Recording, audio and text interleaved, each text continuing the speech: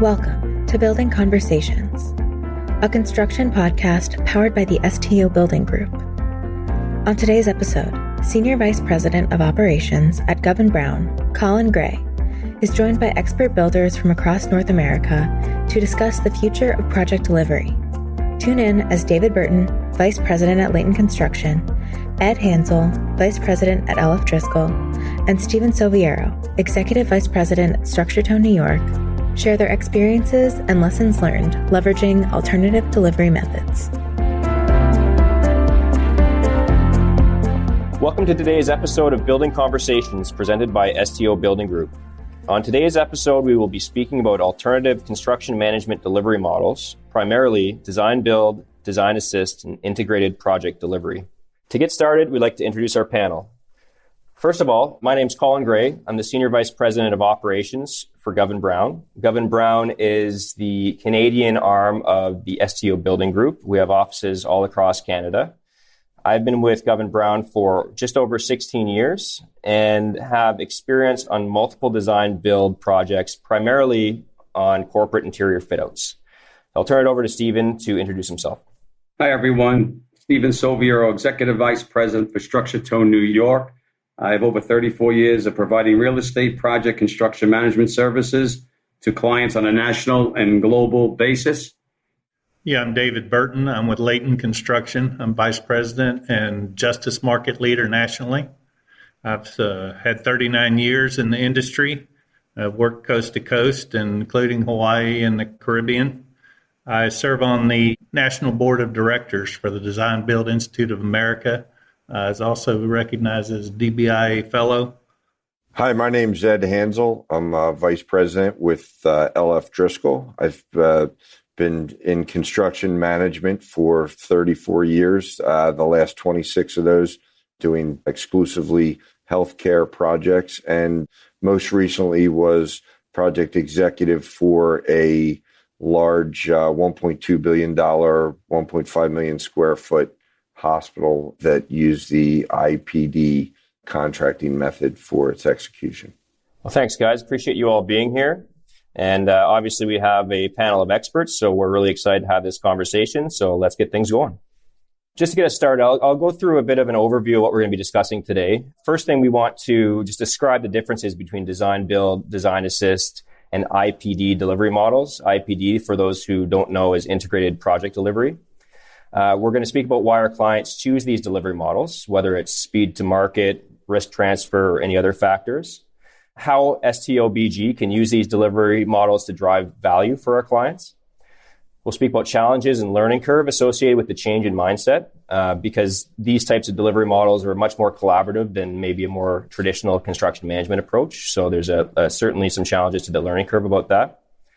How STOBG can manage and reduce risk on these projects. And then finally, we'll get into some recent case studies. All right, so let's get things started here, guys. So the first question for our panel, let's explain the difference between design assist, design build, and IPD. Let's get started with Ed.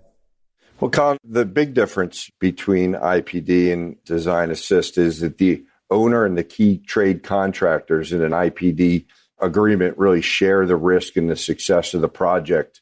And it's because of that multi-party agreement. They tend to be more collaborative and exhibit collaborative behaviors earlier in the project. The IPD project creates a greater transparency of costs throughout the project, and that really the contract promotes more collaboration, mutual respect, and trust between the parties of the contract. Thanks, Ed. Dave, can you speak to the difference between design assist and design build and target value design? Yes, typically it's all in the contract format and who holds what responsibility. Of course, in design build, the design team and the contractor are tied together contractually, share that risk. In integrated project delivery, the owner it's a tri-party agreement, owner, contractor, and designer. And in construction management at risk or design assist, it can be managed the same as design build. It's a matter of when the construction manager is brought on board. And this delivery method, as any delivery method, comes down to the team members.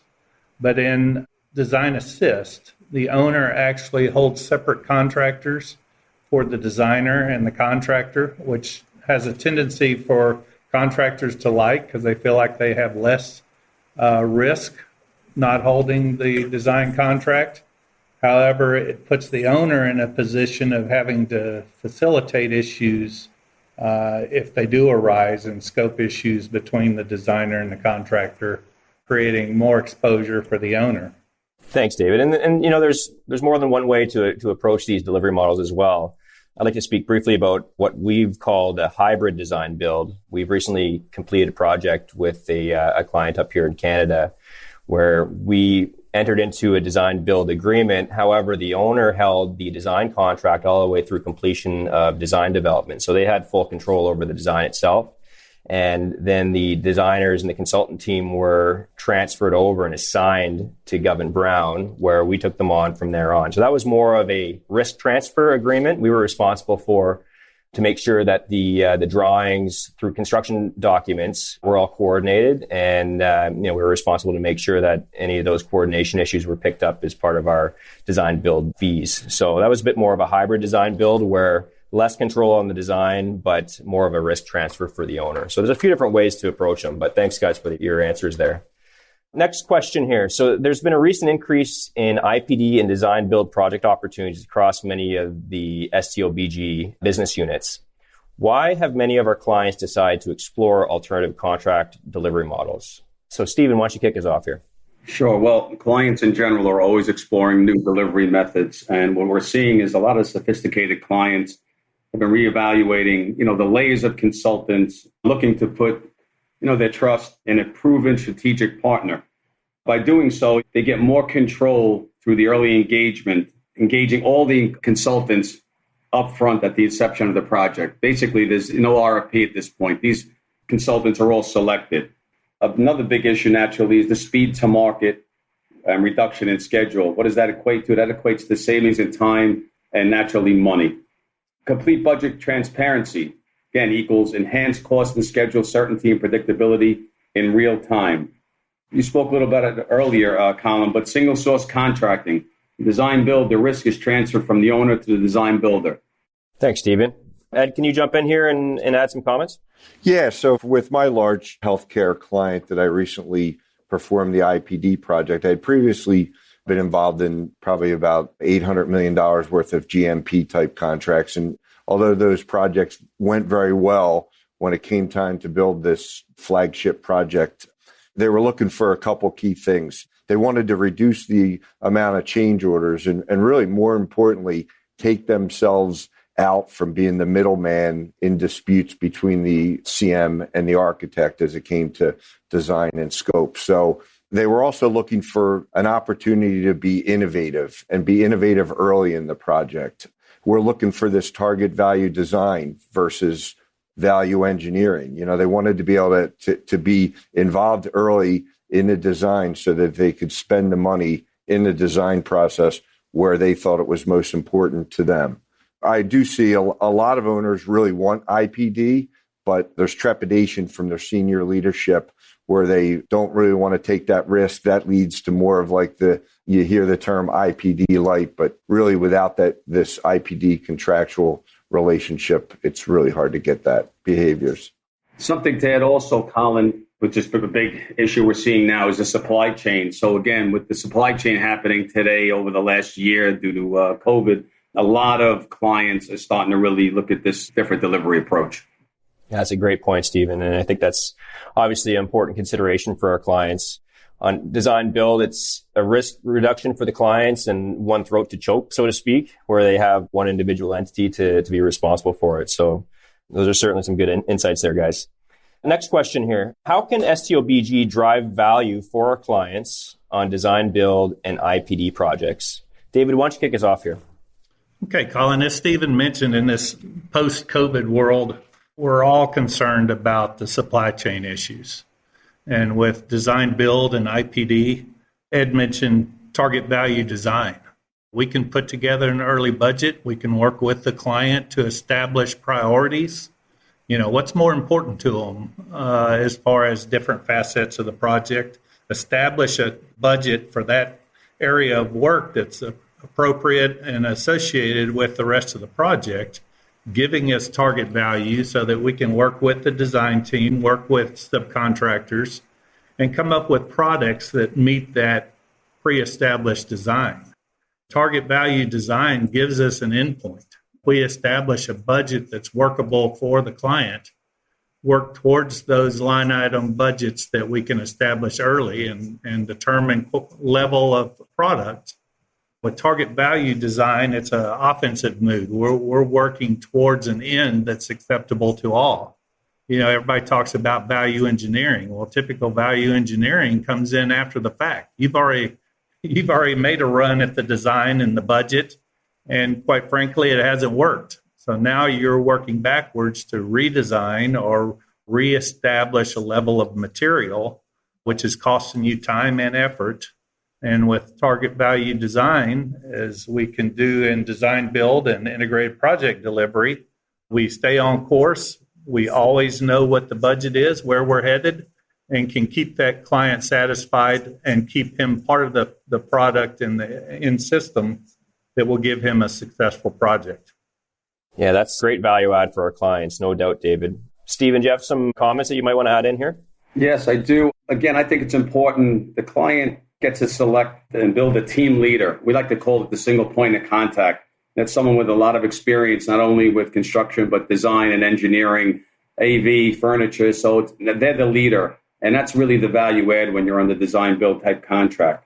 Also, the ability to identify and mitigate future risk very early in the process. Again, by having this team involved early on, we have all the consultants gearing towards the same goal. And again, it's transparent. I know Dave and Ed had mentioned it, but it is cost certainty and value design versus value engineering. What does that equal? It's hopefully supposed to equal no surprises down the road. Early subcontractor packages, confirmation of scope and buyouts are done very early on during the design process, which that normally doesn't occur. Also, by having a code consultant on board with the design team very early on, we're able to do code analysis and obtain permits very early on. So again, it's a time savings and it's a no surprise savings. One other thing by having everybody involved early on is going directly to manufacturers for purchasing and pre-purchasing, more so than ever now that we need to pre-purchase all design items, whether it be lighting, mechanical equipment, ceiling tile, office fronts. A lot of times what we'll do is we'll bring in a vendor. And again, we saved about 3 or 4 weeks because they do the shop drawings and they become the design documents for bidding and for construction.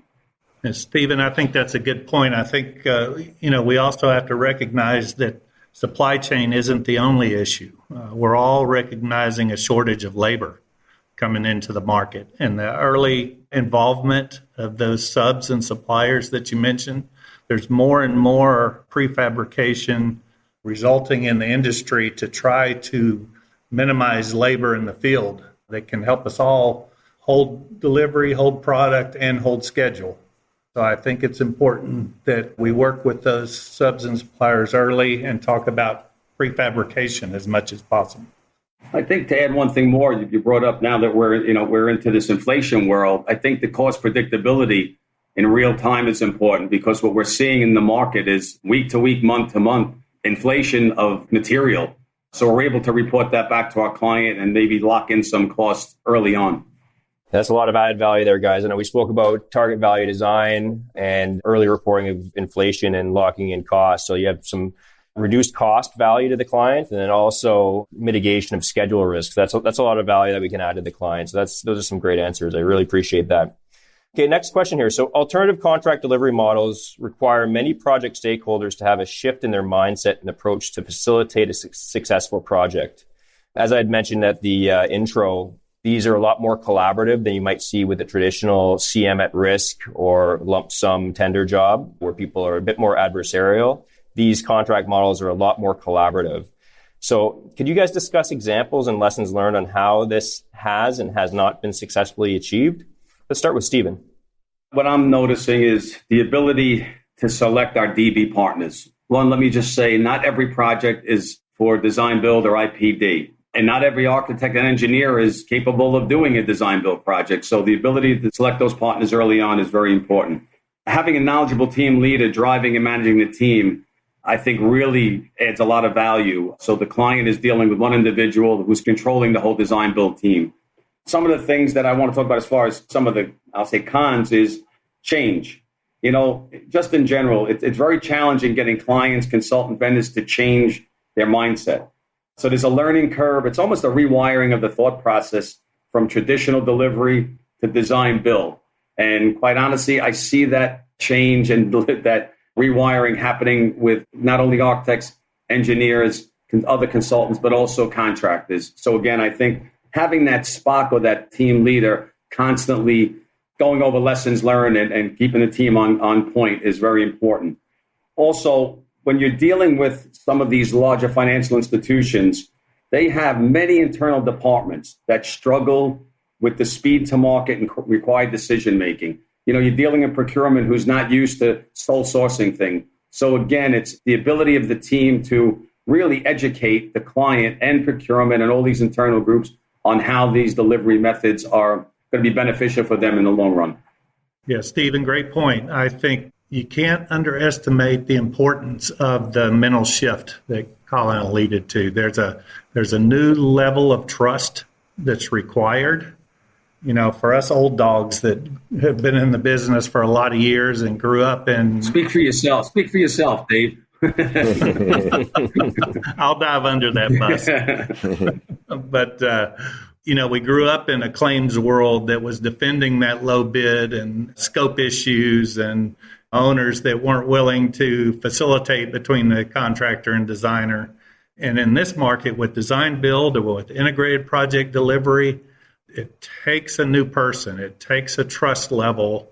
It's the one bad apple thing. All it takes is one guy to not comply, and you create friction and you create an adversarial attitude. So we have to trust each other. It's the only way that this can be successful. And you need to, as Stephen alluded to, it's important to pick the right team, to pick the right company, contractor, and people that are working on that team, and make sure that they have the ability to trust, to speak openly, and communicate constantly. I think it's all to add. It's also a shift. I mentioned the mindset, but what we're seeing in the world today, naturally, with MWBE and diversity spends, getting those procurement and those internal folks involved with our teams very early on. Number of our projects, we set up weekly meetings to make sure that we had outreach to the MWBE and diversity contractors. So we're actually doing this very early on in the process, where that wouldn't happen until the project went out to bid. Yeah, and large IPD project that I just completed, for the most part, the people involved in this project had very little to no IPD experience. So it was a new shift for all of us, and we talked about trust. So here we are co-locating in an office together, approximately 100 people from 6 or 7 different firms, all of a sudden getting together. We had to learn to do a lot of things quickly. So team building activities early in the project were really important.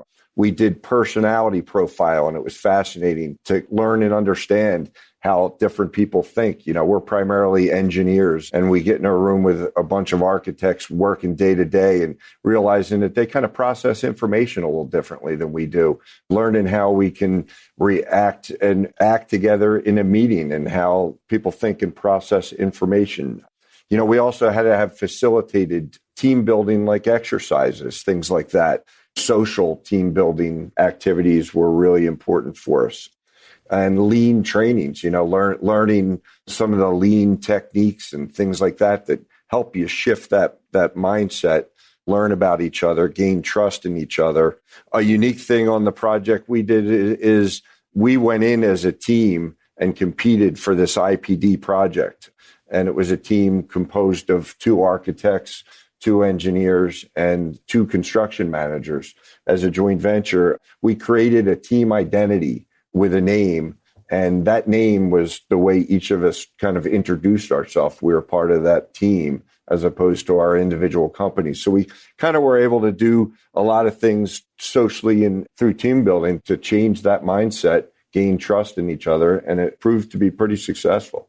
And to add to that, we did the same thing with the team building. We created a logo for the 4 consultants that were on board very early. So if anything, they felt like one team, one unit, part of it.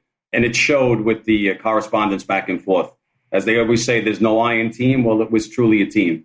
Yeah, it can be pretty powerful. We had team huddles every week in which the entire group would get together. And part of this co-location space, we had the big room, we called it, would get together. And each of the components of the team had a little report out, so we're always communicating together as to what we were doing and kind of holding each other accountable also. It's pretty powerful.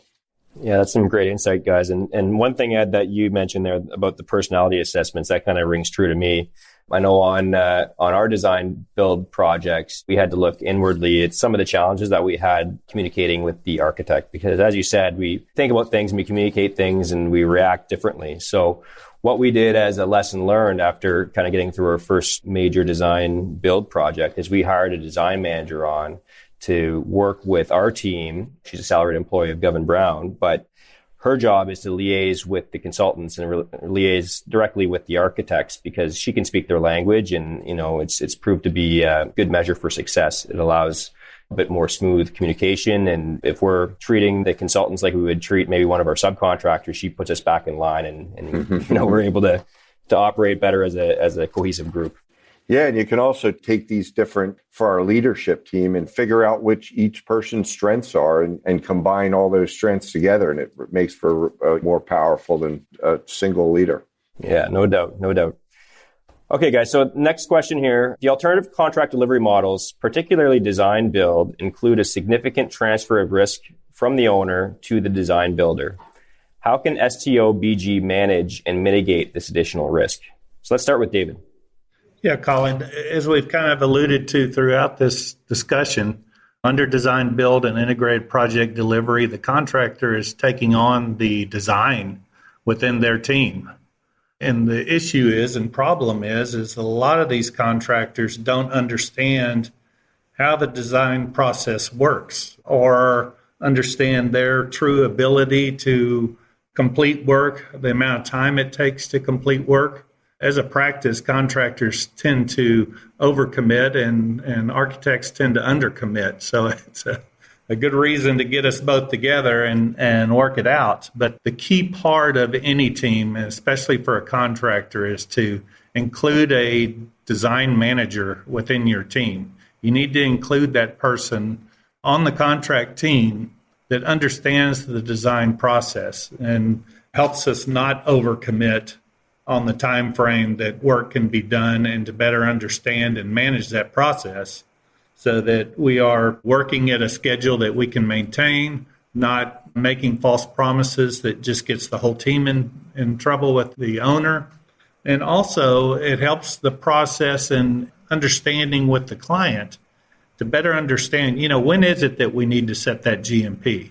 The more information we can develop, the more drawings we can include, the better the price is. The more we can exclude contingencies and allowances and with more information. And I understand that some clients need an early budget, need an early commitment, and we can work with that, and especially with a design build team or integrated project team.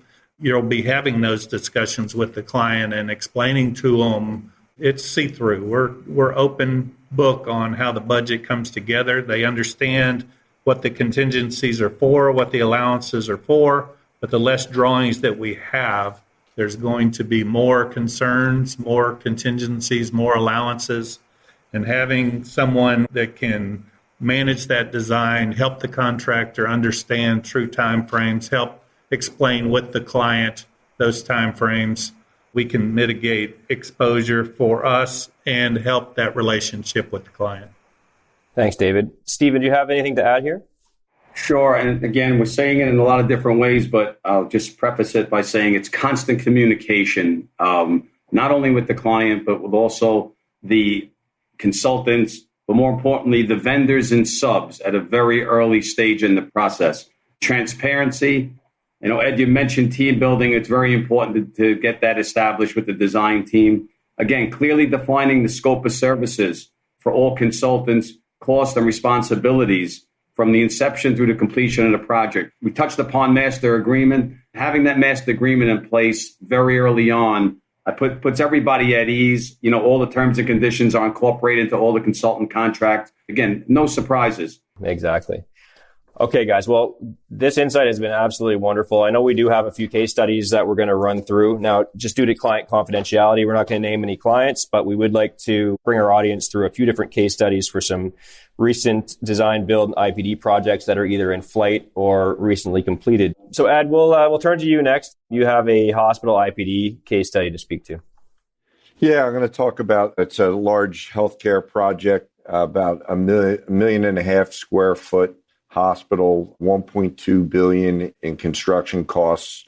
Some characteristics of this place: it had 504 patient rooms, each exactly the same, all ICU compatible rooms, 47 OR interventional procedure rooms, a 61 bed ED, 690 car below grade parking garage, and it was in a true IPD contract with an IFOA. The duration of the project from start of putting the team together till the end was 7 years. They moved in last October, so we're nearing the end of the 1 year warranty period, which will be able to close out the IPD contract and probably realize some savings on the project. Some real lessons learned in this IPD project. The entire team, including the owner, co-located in a 24,000 square foot office. We had 9 key trade subcontractors as part of the team. Target value design was heavily utilized to keep the project in budget with design. Extensive mock-ups on this project, including the construction of a 50,000 square foot styrofoam mock-up of one half of a patient floor that was then looked at and kind of simulations done by my client to figure out the pros and cons of the design. And then by the end of the project, we blew that up and redid it and were able to maximize the design for them. Off-site manufacturing and prefabrication was initiative from the beginning. We built our own prefabrication facility that we built 504 bathroom pods, probably about 300 multidisciplinary MEP racks, and then also some other miscellaneous multidisciplinary systems. The key lessons learned: IPD really requires an involved and invested owner that, is willing to do what it takes to stay involved in the project, make key decisions when you have to. IPD takes trust from all parties, acting in the benefit of the project and not themselves.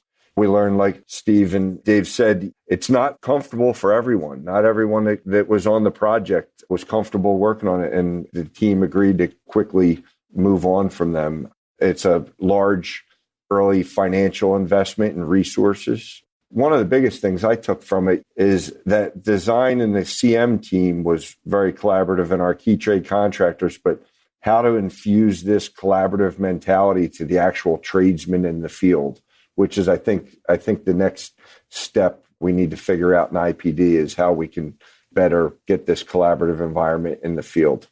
That's great, Ed. Thank you for that. Appreciate the insight into your case study. So our next case study is from David Burton, case study of a corrections facility. David? Thanks, Colin. Yeah, most of the time with a justice project, you're dealing with some agency, either city, state, or county. And this is a situation that our lesson learned was that there is no stakeholder that isn't important. And you need to understand that if you want true success at the end of your job. We were doing a county facility that had 5 county commissioners, and one of those commissioners, as a lot of folks, did not want a correctional facility in her neighborhood. It was on the main drag of her town, and she was very concerned because all of the facilities on that main drag were very similar in appearance. So with design build being open and collaborative and communicating, we knew that we could power by this one commissioner, that we would always get a 3-2 or 4-1 vote from the commissioners and basically be able to do what we needed to do. But that's not the attitude that we took. We worked to understand this commissioner's concerns and needs and her recognition that the appearance of this project was important. And we came together as a design build team and designed a project that we basically hid a 1,200 bed jail behind a earth berm, and the exposed structure looked like every other structure in that neighborhood. And we're able to take a commissioner that was adamantly opposed to this facility and to have her be the first one to stand up at the podium at the ribbon cutting and claim it to be the first jail that could be in Better Homes and Gardens. We listened to her, we understood, ended up being a great reference for a lot of years. So the lesson learned is, no matter who they are as a stakeholder, make sure that you hear their concerns, make sure that you understand the priorities of each and every stakeholder and try to incorporate that and appease that in every project. I know it can't always be successful, but make an effort. Don't blow by or ignore stakeholders because you can get around them or that you're going to have the vote anyway. There is no stakeholder important, and there is no better way to deal with that opposed person than design, build, and integrated project delivery, where you're having constant, open, and continuous communication. Thanks, David. And you know what? It's a shame that this is a audio-only broadcast, because it'd be great to be able to show the folks the photo of this correctional facility, because you're absolutely right. It turned out beautiful, and no surprise that county commissioner was quite pleased with the result. So I have one last case study. So this is for a financial institution. There's a 1 million square foot office fit up where we had joint ventured with another construction manager in our market. The project consisted of 8 3-floor workplace ecosystems. There's a 2-floor auditorium, very high-end auditorium and conference facility, executive C-suite floor, executive hospitality floor. There's a welcoming center, a flagship bank retail branch, 3 commercial kitchens, and interconnecting stairs throughout. So as you can understand from that description, it was quite a complex project. This was a hybrid design build contract model. I described that earlier on in this podcast, where we assumed the prime consultant, or the prime consultant was assigned to us rather, at the end of design development, which allows our client to maintain complete control over the design, and then, of course, transfer the risk of the construction documents to ourselves and our joint venture partner and the design build team. Interesting thing about this project was we converted the project to lump sum pre-tender at a Class A budget. This was at request of the client. They were looking for some very early cost certainty so they could establish some of their working budgets. So we were able to do that. Took some risk off the client, added some risk to us, but it was something that we were willing to do. Some achievements of the design build. We really developed a strong working relationship with the prime consultant. And because of our role, there was quite enhanced coordination during pre-construction.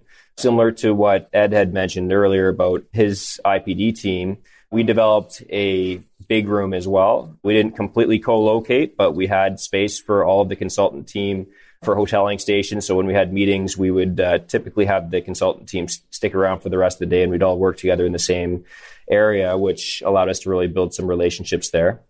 Having that enhanced coordination, we insulated our client from consultant coordination change orders because, of course, those were the responsibility of the design builder through the project, and we were able to minimize those through the course of the construction. Some of the challenges, those internal coordination changes that I'd mentioned, they were the responsibility of the design builder, so we did have to absorb those in the project contingency. So through the course of the project, we managed that very closely to try to keep a cap on that and not go over our contingencies. One thing I am proud to say is this project was quite successful. We just received occupancy on the top floor of that building last week, which is wonderful news. We're very proud of our team. And we're under negotiation for the second phase of this corporate campus, which is another 700,000 square feet. Very excited about this. Client was extremely happy with the design build, the hybrid design build model, and we're going to be moving forward with that same model for the second phase.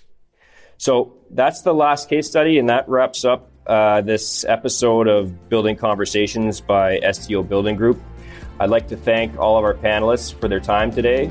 Really appreciate all the insight and your knowledge about design build IPD. Hopefully our listeners were able to learn a thing or two on this. And if anyone does have any questions about it after listening to this, we're all free and available to speak to you folks. Thank you very much. Thanks for listening to Building Conversations. For more episodes like this, you can find us on Spotify, Apple Podcasts, Google Podcasts, Audible, and the STO Building Group website.